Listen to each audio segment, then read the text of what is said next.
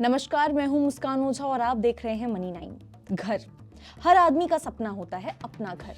इसके लिए हम शिद्दत से मेहनत करते हैं, हर मुमकिन कोशिश करते हैं, हर महीने सेविंग्स करते हैं कि एक दिन हमारा अपना घर हो।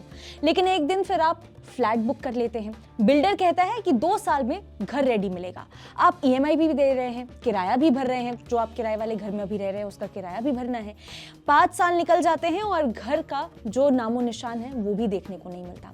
अब आप सोचते हैं कि चलो अब रेरा में शिकायत करेंगे, लेकिन रेरा तो यहाँ पे बनाया ही इसीलिए गया था क्योंकि मान लीजिए कि अगर कोई घर खरीदने वाला हो उसको यहाँ पे प्रोटेक्शन मिल सके। लेकिन असली कहानी यहीं से शुरू होती है, क्योंकि अब सुप्रीम कोर्ट ने रेरा को लेकर के ऐसा बयान दे दिया है जिसने पूरे रियल एस्टेट सेक्टर में हलचल मचा करके रख दी है। कोर्ट ने ऐसा साफ कहा है कि जिस रेरा को होम बायर्स की मदद करने के लिए बनाया गया था, वही रेरा आज कई जगहों पर डिफॉल्ट करने वाले बिल्डर्स को फायदा पहुंचा रहा है। और कोर्ट ने नाराज होकर के यहां तक कह दिया कि अगर रेरा अपना काम ठीक से नहीं कर रहा है यहाँ पे, तो फिर उसे खत्म ही कर देना चाहिए। अब मुद्दा क्या है ये समझिए। मुद्दा ये है, रेरा का मकसद था बिल्डर्स को कंट्रोल में रखना, प्रोजेक्ट डिले रोकना, बायर्स को समय पर घर दिलाना और ट्रांसपेरेंसी लाना। लेकिन सुप्रीम कोर्ट का ऐसा कहना है कि ग्राउंड रियलिटी में कई ऐसे स्टेट हैं जो रेरा जहां पे वैसा काम नहीं कर रहा है जैसा उसे करना चाहिए। उल्टा ऐसा लग रहा है कि सिस्टम जो है इतना ज़्यादा स्लो और इनएफिशिएंट हो चुका है कि एकदम ही इनएक्टिव हो चुका है कि आप ये मान के चलिए कि बिल्डर्स को यहाँ पे किसी भी तरह का कोई डर ही नहीं है। रेरा को लेकर के यहाँ पे कई राज्यों में धरना प्रदर्शन हुए हैं, होम बायर्स के प्रोटेस्ट हो रहे हैं, बिल्डर्स के खिलाफ प्रदर्शन लगातार देखने को मिल रहा है, क्योंकि अब ये जो प्रोजेक्ट्स हैं जब ये डिले हो जाता है तो पोजेशन नहीं मिलता, पैसा फंस जाता है और रेरा में कंप्लेंट डालने के बाद भी सुनवाई महीनों तक नहीं होती है, वहीं पे मामला अटका रहता है।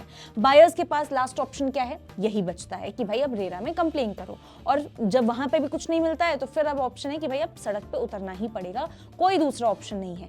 बहुत जगहों पर जो है होम बायर्स ने रेरा ऑफिसेस के बाहर धरना भी दिया है, बैनर्स लगाए हैं, जस्टिस फॉर बायर्स जैसे कैंपेन भी चलाए हैं ताकि कुछ तो इसका सॉल्यूशन मिले, लेकिन फायदा कुछ भी नहीं रहा। अब यही वजह है कि सुप्रीम कोर्ट की जो बेंच है, जिसमें सीजेआई सूर्यकांत और जस्टिस जो जयमाल्या बागची हैं, वो इसमें शामिल थे, उन्होंने ये सख्त रिमार्क किया है कि रेरा सिर्फ डिफॉल्टिंग बिल्डर्स की मदद कर रहा है और अगर यही हाल है तो इसे अबॉलिश कर देना चाहिए। अब ये बात समझना बहुत ज्यादा इंपॉर्टेंट है कि सुप्रीम कोर्ट का रेरा पर इतना गुस्सा अचानक नहीं आया है, बल्कि रेरा को लेकर के बहुत सारी कंप्लेंट्स पहले से होती आ रही थी। ग्राउंड लेवल जो प्रॉब्लम्स हैं वो कई सालों से ऐसी चली आ रही थी, सरकार भी उन्हें इग्नोर नहीं कर सकती है। और यही इसी वजह से पहले क्या है कि पहले भी रेरा के कामकाज पर नजर रखने के लिए, उसे और भी बेटर करने के लिए, क्योंकि इतनी कंप्लेंट्स आई थी, इतने सालों की फाइल पेंडिंग पड़ी हुई थी, कदम भी काफी सारे सरकार की तरफ से उठाए गए थे, जिसे हम अमिताभ कांत कमेटी के नाम से जानते हैं।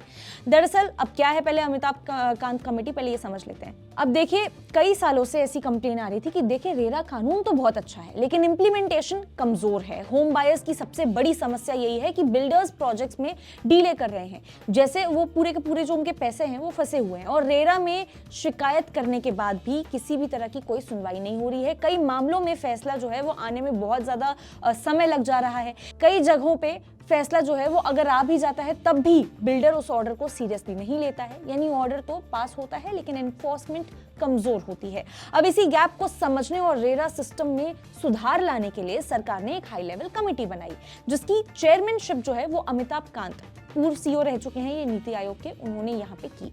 अब इस कमेटी का जो काम है वो बेसिकली ये था कि ये स्टडी करे कि रेरा अलग अलग राज्यों में, यानी अलग अलग डिफरेंट स्टेट्स में कैसे काम कर रहा है, किस जगह पे अथॉरिटी स्ट्रांग है, किस जगह पे सिर्फ नाम के लिए काम हो रहा है, मतलब सिर्फ काम घिसा जा रहा है ऐसा, और बायर्स को जो प्रोटेक्शन मिलनी चाहिए वो सच में मिल पा रही है, पहुंच पा रहा है उनके पास, जो भी फैसिलिटी उनके पास रेरा के थ्रू पहुंचना चाहिए या फिर नहीं। अब जो पूरी कमेटी थी उसने ये भी देखा कि बिल्डर्स जो है वो रेरा रूल्स फॉलो कर रहे हैं या फिर नहीं, प्रोजेक्ट रजिस्ट्रेशन और डिस्क्लोजर प्रॉपर्ली हो रहा है या फिर नहीं, और सबसे इंपॉर्टेंट बात, रेरा के ऑर्डर्स को लागू करवाने का जो मैकेनिज्म है कितना इफेक्टिव है। क्योंकि अगर रेरा सिर्फ यहाँ पे डिसीजन दे और बिल्डर्स उसे इग्नोर कर दे तो फिर बायर्स के लिए ये जो कानून है वो प्रैक्टिकली यूजलेस बन जाता है।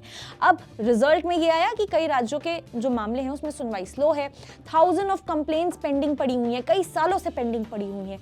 कई केसेस में तो बिल्डर्स जो हैं वो बार बार डीले टैक्टिक्स अपना करके बायर्स को एकदम थका ही दे रहे हैं।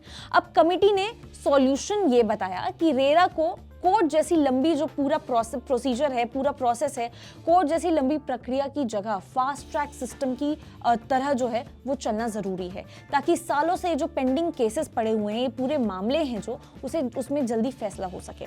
कमिटी ने ये भी यहाँ पे रेकमेंड किया कि पूरा सिस्टम ज्यादा डिजिटल ट्रांसपेरेंट बने, जिससे कंप्लेंट फाइलिंग, हियरिंग ऑर्डर्स और रिकवरी जो है, ये तमाम जो चीजें हैं वो सब ऑनलाइन ट्रैक हो सके। सबसे इंपॉर्टेंट बात ये रही थी कि रेरा के पास सिर्फ यहाँ पे आदेश देने तक की ही ताकत नहीं, बल्कि बिल्डर के पास रिकवर करवाने और ऑर्डर एनफोर्स करने की स्ट्रॉन्ग पावर जो है वो भी होनी चाहिए। अब देखिए, यूपी रेरा जो है उसने जो कमिटी की ये पूरी थिंकिंग थी, ये पूरा रिजल्ट था, उसको काफी हद तक अडॉप्ट भी किया, फॉलो भी किया। खासकर ऑनलाइन कंप्लेंट ट्रैकिंग, कॉन्सिलेशन जो यहाँ पे मैकेनिज्म था उसको, रिकवरी सर्टिफिकेट्स के जरिए पैसा निकलवाने की कोशिश और हियरिंग प्रोसेस को और भी ज्यादा तेज बनाने का जो पूरा अप्रोच था, ये तमाम जो कोशिशें थी वो की गई हैं यूपी रेरा की तरफ से। और इसी वजह से यूपी रेरा को कई बार एक्टिव रेरा भी माना गया, क्योंकि वहां जो बायर्स हैं उनकी कंप्लेंट्स पर रिकवरी जो प्रोसेस है वो कंपैरेटिवली ज्यादा देखने को मिलता है। खैर, अब खबर पर दोबारा लौटते हैं। देखिए, ये जो पूरा मामला है, मैंने जो आपको मामला बताया अभी, सुप्रीम कोर्ट ने की तरफ से जो रेरा को अच्छी खासी फटकार पड़ी है, ये जो पूरा मामला है हिमाचल प्रदेश से जुड़ा हुआ था। वहां राज्य सरकार ने फैसला किया कि रेरा ऑफिस को शिमला से यहाँ पे धर्मशाला शिफ्ट कर दिया जाए, लेकिन हिमाचल प्रदेश हाई कोर्ट ने इस ट्रांसफर पर रोक लगा दी। मामला सुप्रीम कोर्ट पहुंचा और सुप्रीम कोर्ट ने हाई कोर्ट के स्टे को रोक दिया, यानी फिलहाल सरकार को परमिशन मिल गई है, ऑफिस जो शिफ्ट है वो किया जा सकता है। लेकिन सुप्रीम कोर्ट ने साथ ही ये भी कहा कि फाइनल डिसीजन हाई कोर्ट में पेंडिंग केस के आउटकम पर डिपेंड करेगा। असल में सुप्रीम कोर्ट का जो गुस्सा है वो सिर्फ ऑफिस शिफ्ट पर नहीं था, कोर्ट ने इस मौके पर पूरे रेरा सिस्टम पर सवाल खड़ा कर दिया है। कोर्ट ने कहा सभी स्टेट्स को यह सोचना चाहिए कि रेरा बनाया क्यों गया था, उसकी नींव क्यों रखी गई थी, उसका मोटिव क्या था, क्या वो आज उस उद्देश्य को, जो मोटिव था, उसको पूरा कर रहे हैं, क्या कामयाब हैं उस मोटिव को पूरा करने में या फिर नहीं।